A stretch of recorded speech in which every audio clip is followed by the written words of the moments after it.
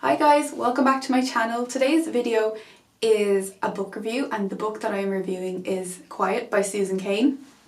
Actually, when I read it maybe 5-6 weeks ago, and as I was reading it I wasn't like gripped, I wasn't completely enthralled, but actually once I finished the book and as I reflected on it and as weeks went by I was like, oh, that was actually a really good book, and a lot of the points really stuck with me and resonated with me after I'd finished reading it. And yeah, I think probably because I'm very introverted myself. So Susan Cain's book is about the power of introverts and how they kind of fit in with the what she calls extrovert ideal way of life in Western societies typically. So she goes on to describe the extrovert ideal at the start, which is basically that it's more advantageous or more favourable and kind of in a lot of Western societies to have that kind of extroverted personality type. And that kind of came about from the industrialisation of America and the incorporation of a lot of businesses, which kind of meant that people were no longer kind of labouring away on their farm on their own all day, but actually having to go into the city and work with other people. And that kind of gave rise to people like Dale Carnegie coming about, who wrote the famous How to Win Friends and Influence People, and he gave basically tips on how to become more extroverted, because this was seen as the better personality type to kind of fit in that new world of kind of collaboration and working with other people. So that's sort of where the extrovert ideal came from.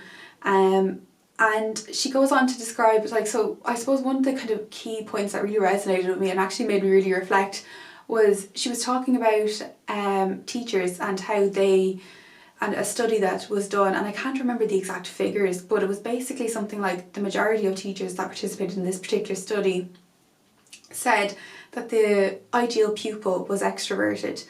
And when I read that, it actually made me think about when I was a child, and I was a very introverted child, and I always remember having, and I don't believe there was any kind of, malice or bad intentions behind this on the teacher's part. I think it was all very well intended, but I always remember maybe having one very close friend, and teachers would always try to separate me from that friend and put me with other groups and other kids, and I think the idea was to try and kind of get me to socialise or get me better at mixing with other kids.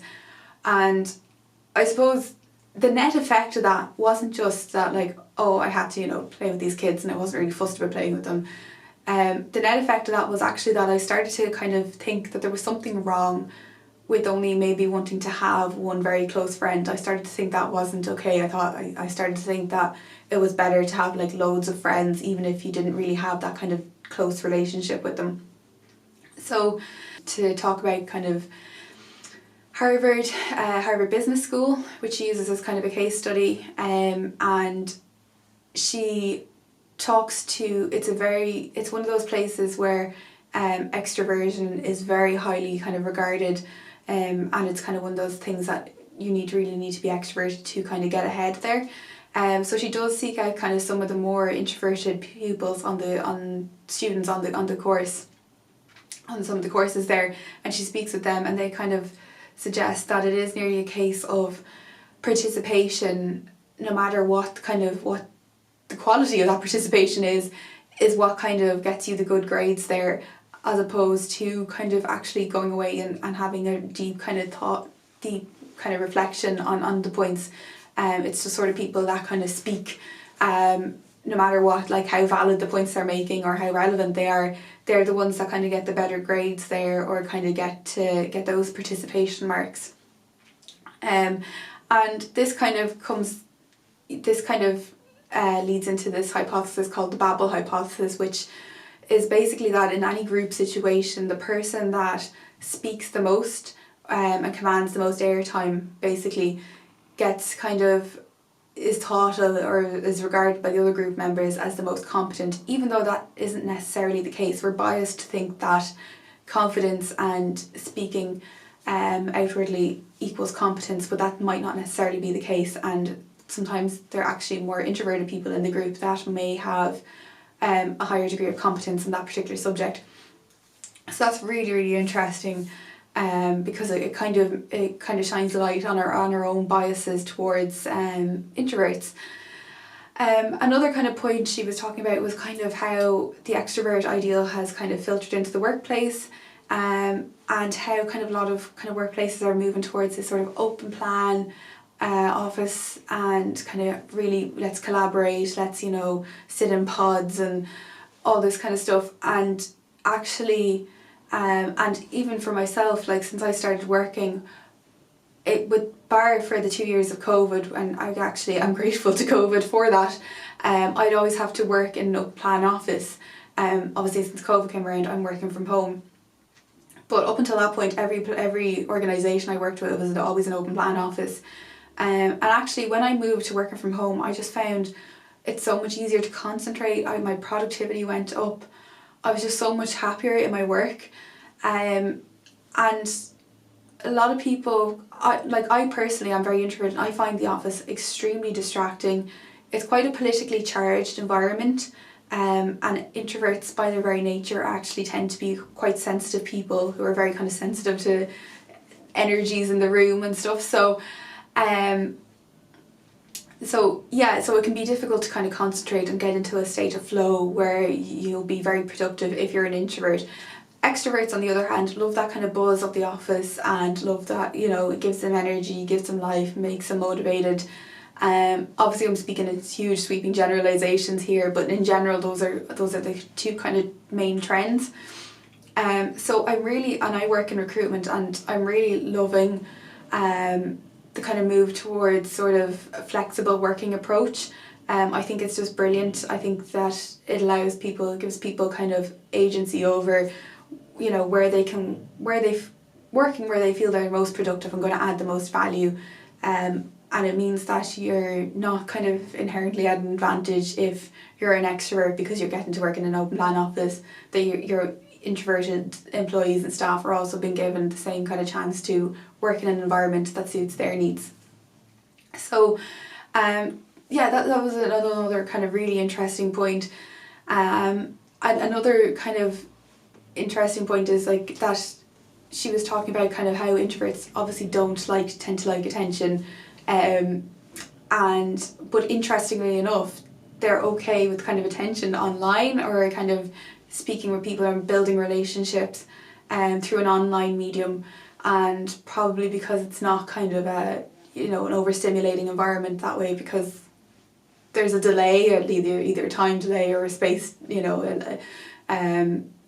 a logistics delay in terms of like that the other person might be far away from them, that they're not kind of in that overstimulated environment where they have to like keep a conversation going immediately. They can have time to sit back and reflect and gather their thoughts.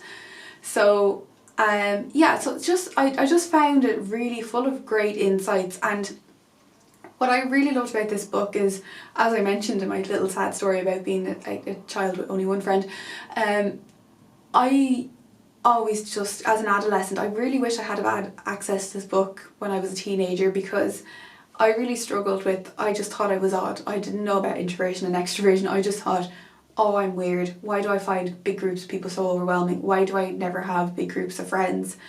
Why do I not like having big groups of friends? Why do I like spending so much time by myself? And I just really thought I was weird and that I was odd.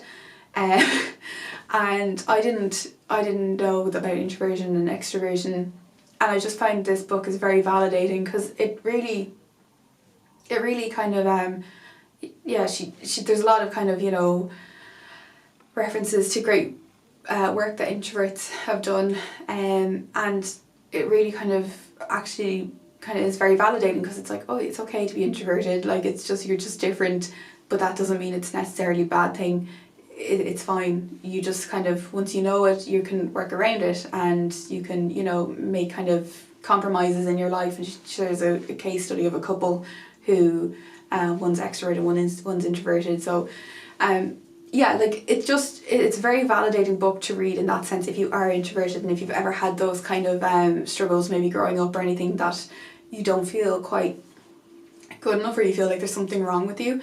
And the second reason I would really recommend this book, if you are in a position of influence, either a teacher or a leader in an organisation, like a team lead or something like that, it's really a great book to kind of make you aware, even if you're extroverted yourself, to make you aware of other people's perspectives and other people's experiences, and how certain situations might lend itself to a greater input from the introverts on your team. So for example, if you're asking for feedback, rather than just asking for feedback out loud on a Teams meeting, in terms of a process or something at work, maybe you could send an email around and ask people to send written feedback, and or do a mixture of both. Invite people to speak, to say feedback, to say their feedback, to tell their feedback out loud on the Teams meeting, but also to then follow up with another email to ask for written feedback. So you're giving like introverts and extroverts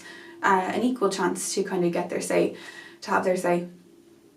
And then, if you're a teacher, maybe you could, obviously group work is important, but maybe mix it up and have smaller groups one day, bigger groups the next day, just different ways to cater towards the introverts in the world, because I think she said like between 33 to 50% of people in any kind of population are introverted, and there's a lot of pseudo extroverts around, that people that actually are introverted and are pretending to be extroverted, or because they recognise this is how they get ahead, and that can be quite draining and quite tiring. So it's nice if you give people the opportunity to just be themselves, and work and learn in a way that suits them.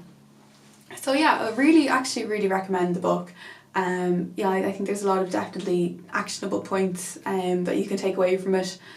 And yeah, I'd love to know if you sit on the introvert or extrovert spectrum, if you've read the book, what you kind of think of the extrovert ideal, and what you kind of what would you think would be a good positive movement towards maybe shifting that balance a little bit more, just from extrovert ideal to kind of, somewhere in the middle where introverts and extroverts are catered for equally.